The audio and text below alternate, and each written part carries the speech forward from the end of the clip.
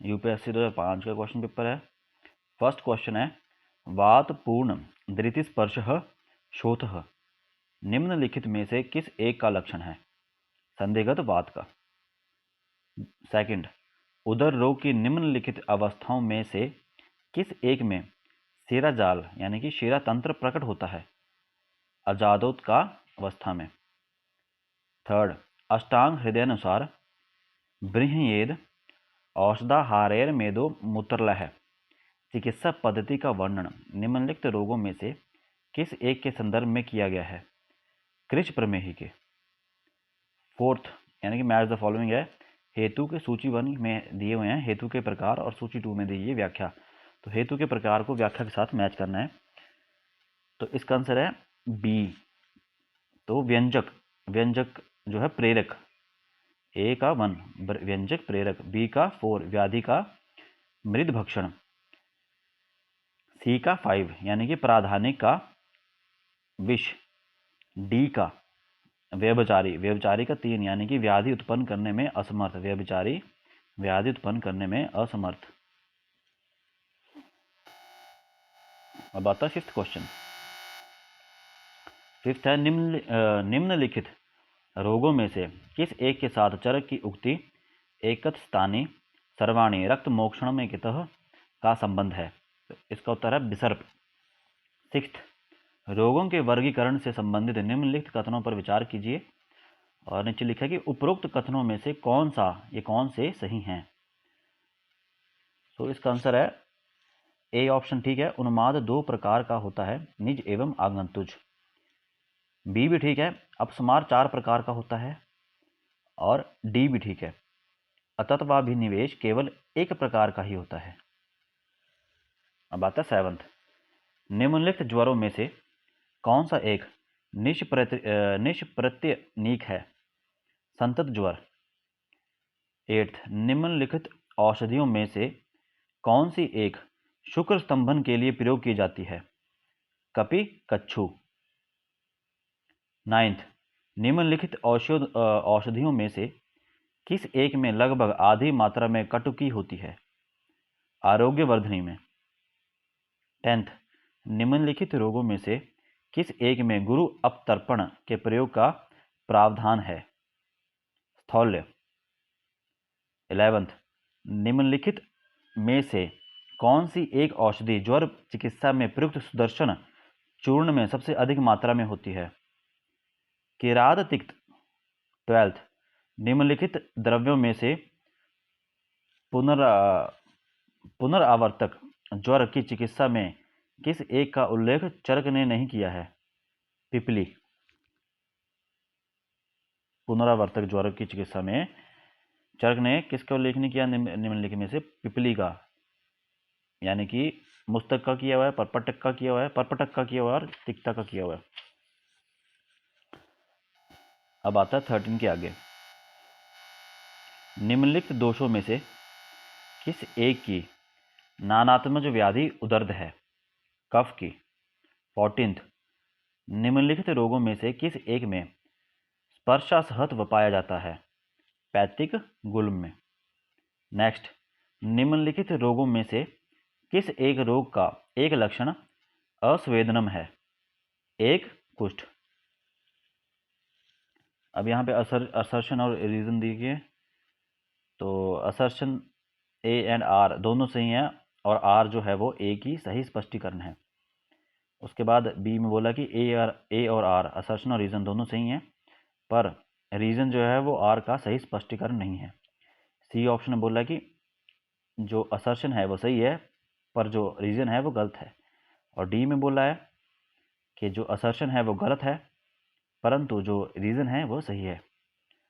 तो 16वां, ठीक है, तो 16वां का कथन है, असर्शन है कि गोघृत सभी घृतों में श्रेष्ठ है, और कारण यानी कि रीजन देते हैं कि गोघृत में संस्कारस्यानुवर्तन गुण है, गोघृत में संस्कारस्यानुवर्तन गुण है। तो इसका आंसर है ए, यानी कि असर्शन और रीजन कथन और कारण दोनों सही हैं और जो कारण है वो कथन का सही स्पष्टीकरण है। अब आता है 17th, नेक्स्ट, मृदु कोष्ठ रोगी में मृदु विरेचन करवाना चाहिए, ये कथन है। कारण दिया हुआ है कि पित्त के गुरु स्निग्ध, उष्ण और सरगुण होते हैं। तो इसका आंसर है सी, यानी कि जो ए है वो सही है, यानी कि कथन सही है, और जो रीज़न है वो गलत है, यानी कि मृदु कोष्ठ रोगी में मृदु विरेचन कराना चाहिए, ये कथन सही है और कारण जो है गलत है। 18th में दिया है कथन कि चरक ने तमक श्वास रोगी में विरेचन करवाने की सलाह दी है। कारण दिया है कि तमक श्वास पक्वाशयोत्पन्न है। तो इसका आंसर है सी, यानी कि ए सही है और रीज़न जो है, कारण जो है गलत है, यानी कि चरक ने तमक श्वास रोगी में विरेचन करवाने की सलाह दी है।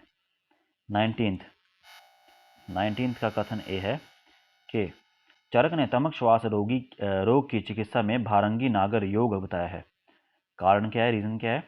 भारंगी औषधि का कर्म प्राण व स्रोतस पर है तथा नागर का कर्म प्राण व स्रोतस के मूल पर है।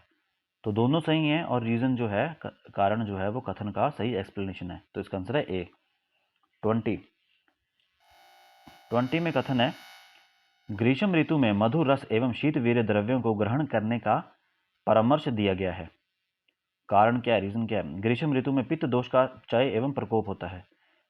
तो इसका आंसर जो है, रीज़न गलत है और ए ठीक है, यानी कि ग्रीष्म ऋतु में मधु रस एवं शीत वीर्य द्रव्यों को ग्रहण करने का परामर्श दिया गया है, यह कथन सही है। 21 में कि कथन है गंधक कुष्ठ रोग के लिए श्रेष्ठ है। कारण दिया हुआ है कि गंधक मधुर कटु उष्ण गुण रखता है। तो इसका आंसर जो है सी है, क्योंकि सिर्फ कथन ए यानी कि असर्शन जो है वो ठीक है, गंधक कुष्ठ रोग के लिए श्रेष्ठ है, और जो कारण दिया हुआ, रीजन दिया वो गलत है। अब आता है 22 कथन है, यानी कि असर्शन दिया हुआ है ज्वर के रोगियों के लिए उष्ण जल हितकर है। कारण दिया हुआ कि ज्वर उदर से उत्पन्न होता है एवं उष्ण जल दोषों का पाचन करता है। दोनों असर्शन और रीजन यानी कथन और कारण दोनों सही दिए हैं, लेकिन जो कारण है वो कथन का सही एक्सप्लेनेशन नहीं है। दोनों सही हैं लेकिन कारण जो है वो कथन का सही एक्सप्लेनेशन नहीं है, इसलिए इसका आंसर है बी, दोनों सही हैं। अब आता है 23 गुण का वर्णन करते समय युक्ति को भी एक गुण माना गया है। युक्ति निम्नलिखित में से किस एक वर्ग में आती है? तो परादि गुण में आती है। अब सूची को नेक्स्ट मैच द फॉलोइंग है, तो लक्षण को दोष धातु के साथ मैच करना है। सूची 1 में लक्षण दिए हैं और सूची 2 में दोष धातु दिए गए हैं। तो अरुचि का आंसर क्या है? तीसरे में क्षीण वायु। अविपाक का फोर्थ है क्षीण पित्त। फिर उसके बाद आता है प्रीणन, इसका है रस धातु कर्म। और जो लक्षण है जो डी है वर्ण प्रसादन, इसका है रक्त धातु कर्म। नेक्स्ट 25 आता है निम्नलिखित में से किस एक के बाद प्रत्यक्ष का ज्ञान प्राप्त होता है? डी आंसर है आत्मा, इंद्रिय, मन, अर्थ और सन्निकर्ष। इनके बाद 26 में बोला कि निम्नलिखित में से कौन सा एक चरकानुसार सांग्राहिक रक्तपित्त प्रशमन कर्मों में अग्रेय है? इसका आंसर है अनंता। 27 चरकानुसार सन्निपातज अतिसार में किस दोष की चिकित्सा प्रथम करानी चाहिए? आंसर है वातज की।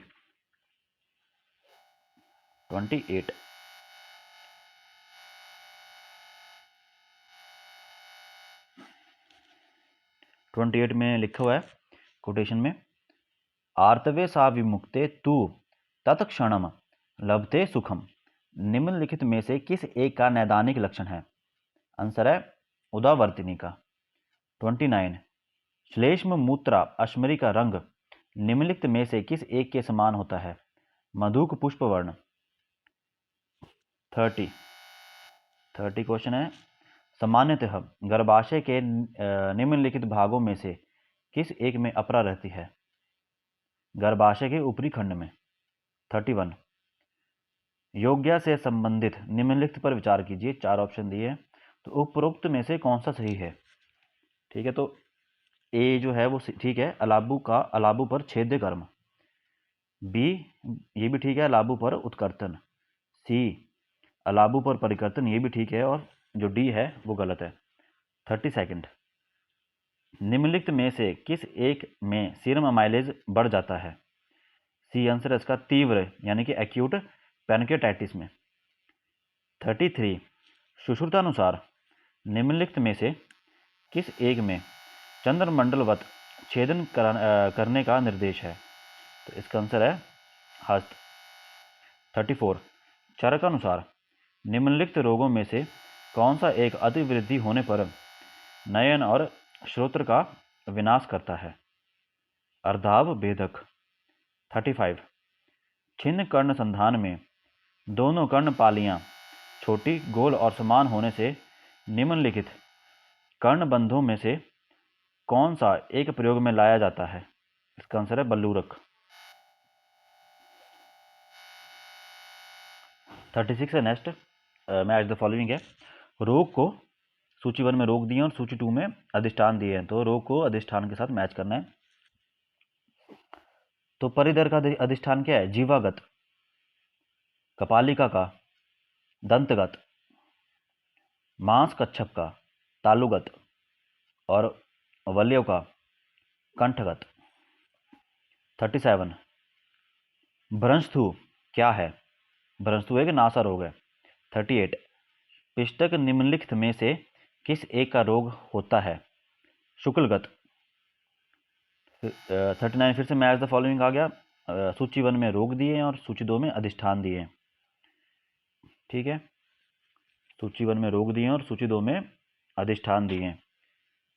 तो पर्वणिका का है संधि। निमेष निमेषवर्तम पिष्टक, पिष्टक का क्या है? शुक्ल। अधिमंत अधिमंत का क्या है? सर्वगत यानी कि डी आंसर है इसका। अब आता है 40 क्वेश्चन। क्वेश्चन नंबर 14 पूछा कि सुश्रुत जी के अनुसार निम्नलिखित रोगों में से किस एक में वर्ती धूमपान का निर्देश है? पंचांगी वर्ती। तो इसका आंसर है मुख रोग में। 41 में लिखा कि सुश्रुत जी के अनुसार रोपण कर्म के लिए आश्चोदन की मात्रा कितनी है? सुश्रुत जी के अनुसार रोपण कर्म के लिए 41 में पूछा है कि रोपण कर्म के लिए आश्चोदन की मात्रा कितनी है?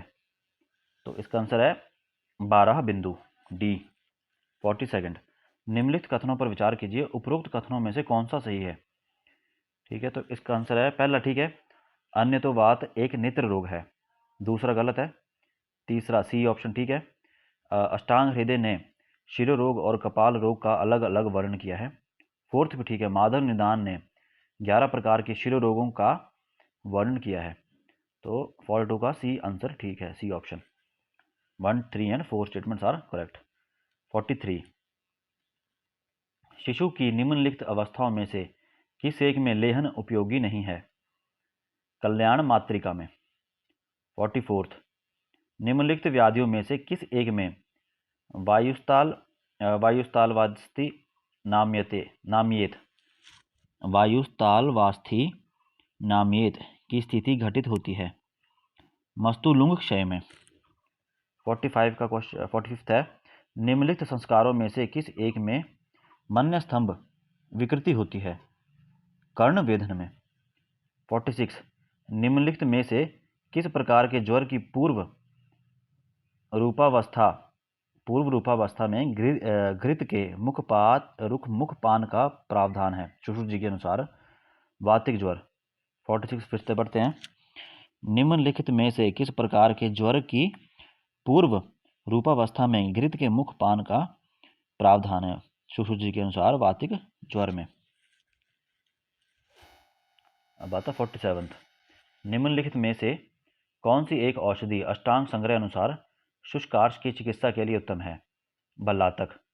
48 निम्नलिखित में से किस एक में भस्मक रोग का वर्णन किया गया है?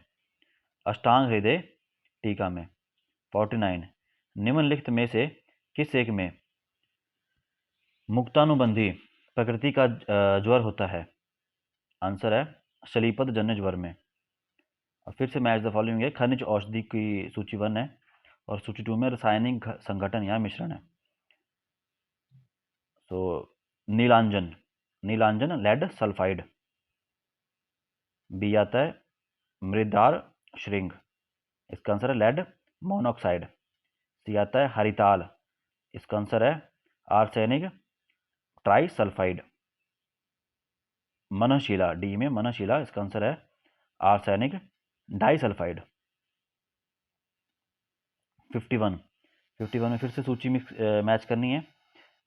सूची 1 में व्याधि और रोग दिया और सूची 2 में योग दिया है। ठीक है, तो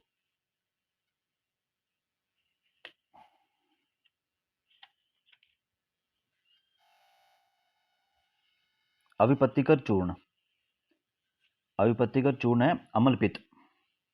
बी प्रभाकर बटी, प्रभाकर बटी का है हृदरोग में। सी है आरोग्यवर्धनी गुटिका, इसको देंगे यकृत विकार में। और कर्पूर आसव, इसको देंगे हम अतिसार में। अब आता है 50 सेकंड।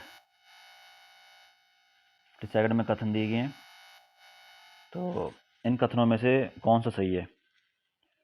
तो पहला कथन है गंधक एवं अभ्रक का प्रयोग पारद की जारण प्रक्रिया में किया जाता है, ये ठीक है। और उसके बाद 1 और 4 यानी कि ए ऑप्शन ठीक है, पारद की क्षुधा वृद्धि के लिए जारण प्रक्रिया की जाती है। बाकी 2, 3, 5 गलत हैं। 53 निम्नलिखित में से कौन सी औषधियाँ मित्र पंचक में सम्मिलित की गई हैं? आंसर है ए टंकण, गुंजा, आज्य, गुड़ और माक्षिक। फिर से नेक्स्ट आ गया मैच द फॉलोइंग। 54 में सूची 1 में संस्कृत बोला हुआ है और सूची 2 में अंग्रेजी नाम। ठीक है, तो गिरी संदूर का क्या बोलते हैं हम? पारे का रेड ऑक्साइड। शोरक, शोरक क्या है? Salt Peter. तुथ, तुथ है ब्लू बिट्रियोल। गोदंती, गोदंती है जिप्सम। अब आता है 55 समीर पन्नग रस के निम्नलिखित में से कौन से द्रव्य हैं? ए आंसर है पारद, गंधक, मल, हरिताल और मनशिला। 56 मैच द फॉलोइंग औषधि को पहली सूची में औषधि दी और दूसरी सूची में शोधन द्रव्य दिया हुआ है। तो कुपिल्लू, कुपिल्लू का है गोदुग्ध। कासीस, कासीस का है भृंगराज द्रव। चित्रक, चित्रक का है चूर्णोदक। गुंजा, गुंजा का है कांजिक, गुंजा का है कांजिक। 57 भल्लातक योगों के अंत प्रयोग से संबंधित निम्नलिखित कथनों पर विचार कीजिए। उपरोक्त कथनों में से कौन सा सही है? तो पहले 2 ठीक हैं। इसका उपयोग पित्त प्रकृति रोगी एवं ग्रीष्म एवं शरद ऋतु में नहीं करना चाहिए। और दूसरा है कि सूर्य किरणों एवं ताप से बचाना चाहिए। बात है 58 निम्नलिखित में से किस एक के साथ यत्र कुर्वन्ति तद संबंधित है? अधिकरणम के साथ। 59 निम्नलिखित में से किसने विचित्र प्रत्यारब्ध की अवधारणा प्रथम प्रारंभ की थी? अष्टांग हृदय ने। 60 निम्नलिखित औषधियों में से कौन सी एक कंटक पंचमूल वर्ग में समाविष्ट की गई है? शतावरी। 61 निम्नलिखित में से कौन सा एक बाल चातुर्भद्र चूर्ण का योग है? इसका आंसर है सी मुस्तक, अतिविषा, पिपली एवं कर्कट श्रृंगी। 62 निम्नलिखित शरीर अवयवों में से कौन सा एक विजृंभिका व्याधि से संबंधित है? नाभि। 63 निम्नलिखित में से किस एक में यकृत और प्लीहा उत्पन्न होते हैं? मातृज भाव। 64 निम्नलिखित में से किस एक में योनिपथ यानी कि अपत्य पथ का गुड़ और शुंठी कल्क द्वारा लेपन किया जाता है अपरापातन के लिए। नेक्स्ट है 65। निम्न प्रकार के स्तनों में से किस एक के कारण शिशु को स्तन्यपान करने पर श्वासावरोध होता है? लंब स्तन। 66। निम्नलिखित में से किस एक काल में मक्कल शूल की उत्पत्ति होती है? सूतिका काल के दौरान। 67। सुश्रुतानुसार गर्भवती स्त्री को किस मास में स्वदंष्टा सिद्धस्य सर्पिशो मात्राम पाययेद यवागुम वा देना चाहिए? षष्ठ में, 6वें में। 68। निम्नलिखित में से कौन सा एक वाताभिपन गर्भ भी जाना जाता है? वाताभिपन गर्भ भी जाना जाता है नागोदर। 69। भोजनोपरांत तुरंत वयवाय करने से निम्न में से किस एक योनि व्यापक की उत्पत्ति होती है? अंतर्मुखी। 70। Match the following. सूची 1 में अवस्था दी है और सूची 2 में प्रसवावस्था। प्रथम अवस्था प्रजायनी, द्वितीय अवस्था आसन प्रसवा, तृतीय अवस्था प्रजनिष्यमाण। 71। निम्नलिखित परिस्थितियों में से किस एक में तृप्तिश्च बीज ग्रहणम च योन्याम के लक्षण पाए जाते हैं? गर्भ में गर्भ आंसर इसका। 72। निम्नलिखित में से कौन सा एक हेगार लक्षण उत्पन्न करता है? गर्भाशय की मृदुता। 73। निम्नलिखित व्याधियों में से किस एक के एक से अधिक प्रकार होते हैं? गृध्रसी। 74। काश्यप मतानुसार बंध्यत्व के संपूर्ण चिकित्सा अवधि काल में शतपुष्पा के निम्न में से किस एक मात्रा का प्रयोग करना चाहिए? 100 पल। 75। निम्नलिखित में से कौन सा एक गर्भाशय ग्रीवा में होने वाले कार्सिनोमा का प्राथमिक लक्षण है? स्पर्श करने पर रक्तस्राव। 76। निम्नलिखित समूहों में से कौन सा एक कफ के 5 प्रकार व्यक्त करता है? तो इसका सी है अवलंबक, क्लेदक, पोधक, तर्पक और श्लेषक। 77। निम्नलिखित में से किस एक में अप्रतिघातत्व लक्षण यानी कि गुण व्यक्त किया गया है? आकाश महाभूत में। सूची 1 यानी कि गुण को सूची 2 यानी कि चतुष्पाद के साथ मैच करना है। तो बहुदृष्ट कर्मत्व,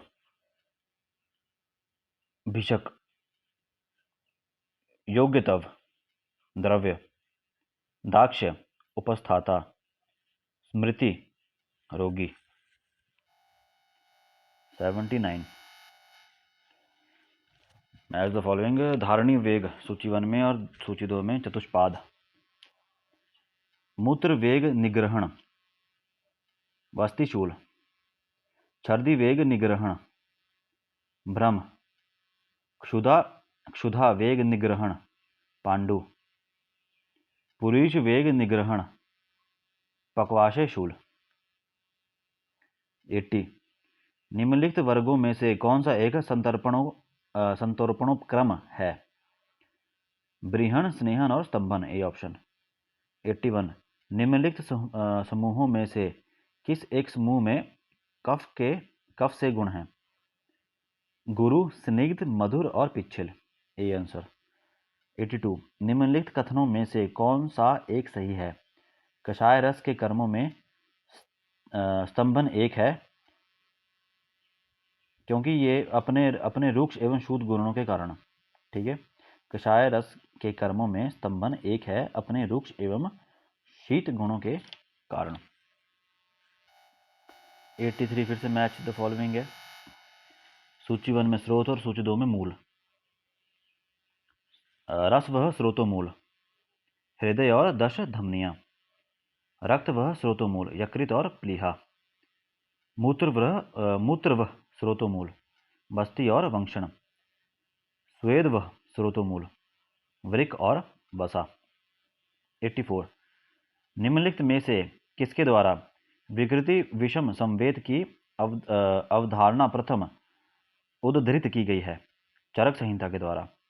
85 निम्नलिखित में से कौन सा एक तांबुल में पाया जाता है? कैडेनिन। नेक्स्ट, निम्नलिखित में से कौन सा एक चरक मतानुसार शाकों में श्रेष्ठतम पथ्य है? जीवंती। नेक्स्ट 87 दीपनीय पाचनीय आनाह प्रशमन कर्मों में से कौन सा एक अग्रय है? पिपली मूल। 88 निम्नलिखित में से कौन सा एक द्रव्य श्वेत्र की चिकित्सा में लाभप्रद है? काकोदुम्बरिका। 89 निम्नलिखित में से कौन सा एक फल चरकानुसार अहिततम है? लकुच। ठीक है, तो सूची 1 को सूची 2 से मैच करना है। सूची 1 में लिखा कि द्रव्यों के संस्कृत नाम और सूची 2 में लिखा कि द्रव्यों के लैटिन नाम। ठीक है, तो शाल का क्या है? शोरिया रोबस्टा। जलकुंभी क्या है? पिस्टिया स्टेरेशियोटस। मुचुकुंद टोरोस्पर्मम एसेरिफोलियम। शल्लकी बोसवेलिया सेरेटा। नेक्स्ट फिर से सूची मैच करो। सूची 1 में औषधि और सूची 2 में रोग। पंचामृत परपटी ग्रहणी। श्वेत परपटी मूत्रकृच। पुष्कर मूल पार्श्वशूल। बोल परपटी रक्त प्रदर। 92 में जो है कथन दिए हैं 2 और में से कौन सा सही है? तो दूसरा कथन सही है कि बस्ती की कुल संख्या 8 है, जिनमें 5 अनुवासन बस्ती तथा 3 निरूह बस्ती हैं। 93 फिर से मैच द फॉलोइंग है। सूची 1 में निदानार्थकर दिया हुआ है और सूची 2 में रोग। सो ज्वर क्या है? रक्तपित्त। अर्श में गुल्म। कास में श्वास और डी यानी कि प्रतिशय में कास। 94 निम्नलिखित में से किस एक में मेघनाद अगध का प्रयोग होता है? सर्पदंश में। 95 निम्नलिखित युग्मों में कौन सा एक सही सुमेलित है? इसका आंसर सी, अनुवासन बस्ती निरूह बस्ती का चतुर्थांश। 96 मैच द फॉलोइंग। सूची 1 में लक्षण दिया और सूची 2 में धातु दिया हुआ है। तो शब्दासहत्व, इसका आंसर है रस क्षय। शीताभिलाषा, इसका आंसर है रक्त क्षय। कामला, इसका आंसर है रक्त वृद्धि। प्लीह वृद्धि, इसका आंसर है मेद क्षय यानी कि ए ऑप्शन। 97 कथन दिए उपरोक्त कथनों में से कौन सा सही है? तो पहला और तीसरा कथन सही यानी कि डी ऑप्शन हुआ। तो पहला कथन है कोष्ठ में मंद कफ होने से विरेचन सुखपूर्वक होता है, और तीसरा कथन है कोष्ठ में अधिक कफ होने से वमन सुखपूर्वक होता है। 98 उपरोक्त कथनों में से कौन सा सही है? ठीक है, तो 4 कथन दिए हुए हैं, इसमें से दूसरा और तीसरा सही है। तो दूसरा कथन है नस्य 3 दिन के अंतराल पर किया जाना चाहिए, और तीसरा कथन है कि वमन हर 15 दिन के अंतराल पर किया जाना चाहिए। अब 99 में फिर से मैच द फॉलोइंग आ गया। सूची 1 में कर्म दिया और सूची 2 में अवस्था दी हुई है। ब्रीहण हृदरोग। लंघन नवज्वर। वमन स्थौल्य। विरेचन वात दोष।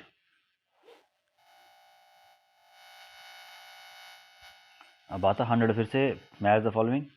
सूची 1 में रोग दिया और सूची 2 में लक्षण दिया इस रोग का। तो उदुम्बर कुष्ठ, इसका आंसर है अरुण वर्ण। मंडल कुष्ठ, स्निग्ध। ऋष्यजीवक कुष्ठ, खर। पुंडरीक कुष्ठ रक्त राज्य, पुंडरीक कुष्ठ रक्त राज्य, यानी कि सी ऑप्शन है इसका आंसर। 101 निम्नलिखित में से किस एक को अष्टांग हृदय ने मूर्ध तैल में सम्मिलित नहीं किया है? डी आंसर है शिरो स्नेह का, यानी कि शिरो अभ्यंग, शिरो बस्ती और शिरो स्नेह, शिरो सेक, इनको सम्मिलित किया है अष्टांग हृदय ने। नेक्स्ट आता है 102 निम्नलिखित दोषों में से किस एक के कारण सर्शपिका होती है? इसका आंसर है शूक दोष। 103 निम्नलिखित रोगों में से किस एक का निदान वृषम धावंतम निग्रहणात् है? इसका आंसर है क्षत क्षीण। 104 कथन दिए 4, उसमें उपरोक्त कथनों में से कौन सा सही है? तो चारों कथन सही हैं। पहला कथन है अंजन नस्य एवं पान के रूप में बिलवादी गुटिका का प्रयोग किया जाता है। दूसरा कथन भी सही है, औषधियों को गौमूत्र के साथ पेषण करके बिलवादी गुटिका तैयार की जाती है। तीसरा भी सही है, संजीवनी वटी एवं बिलवादी गुटिका सर्पदंश की चिकित्सा में निर्दिष्ट है। चौथा भी सही है, बिलवादी गुटिका के निर्माण में करंज के कांड त्वक का प्रयोग किया जाता है। 105 सर्पदंश के रोगी में रक्त निष्ठीवन एवं रक्त मेह दिखाई पड़ता है। यह रोगी निम्नलिखित में से किस एक दंश का है? मंडली दंश का। 106 सुश्रुतानुसार निम्नलिखित में से किस एक का प्रयोग अस्थि छेदन के लिए करना चाहिए? क्षार पाइत का। 107 सुश्रुतानुसार शरारी मुखी की लंबाई कितनी है? 10 अंगुल। 108 निम्नलिखित रोगों में से किस एक में क्षार को अहितकर माना गया है? भ्रम में, यानी कि कृमि विष और नेच में हितकर है। 109 निम्नलिखित में से किस एक से वलय संबंधित है? अग्निकर्म। अब नेक्स्ट आता है 110 है कि निम्नलिखित में से किस एक से कूर्चा मर्म संबंधित नहीं है? रुजाकर मर्म, यानी कि बाकी तीन का सवित मर्म, वैकल्यकर मर्म और स्नायु मर्म, इनके साथ कूर्चा मर्म संबंधित है, लेकिन रुजाकर मर्म के साथ नहीं है। 111 उपेक्षा करने पर भी निम्नलिखित में से किस एक प्रकार के भगंदर में पुरीश एवं रेतस का स्राव नहीं होता? शंभु का व्रत में। निम्नलिखित कथनों में से कौन सा सही है? ठीक है, तो सी सही है, तमक श्वास पक्षाघात एवं उदर रोग के रोगियों में विरेचन कराना चाहिए। 113 निम्नलिखित रोगों में से कौन सा SGOT और SGPT दोनों एक साथ बढ़ने के द्वारा इंगित होता है? दोनों हृदरोग एवं यकृत रोग। सी आंसर है। 114 निम्नलिखित में से कौन सा एक वमन का व्यापद नहीं है? ऊर्ध्व गति। ठीक है, बाकी आदमान भी है, विबंध भी है और शाव शैशौधिक भी है। 115 निम्नलिखित कथनों पर विचार कीजिए। ठीक है, तो कौन सा कथन सही है? तो इसका आंसर है, पहले दो कथन सही है कि पहला कथन बोलता है कि क्लैब्य एक रस प्रदोषज रोग है, दूसरा क्लैब्य शुक्र दोष से उत्पन्न होता है। 116 माधुतैलिक वस्ती से संबंधित निम्नलिखित कथनों पर विचार कीजिए, कौन सा सही है? तो पहला और चौथा सही है कि माधुलैतिक वस्ती में पहला क्या बोलते हैं कि इसमें प्रधानतः मधु और तैल होता है, और चौथा है कि यह बाल वृद्ध और सुकुमार आदि को दी जा सकती है। अब आता है 117 निम्नलिखित में से कौन सा एक जन्म बल प्रवृत्ति रोग नहीं है?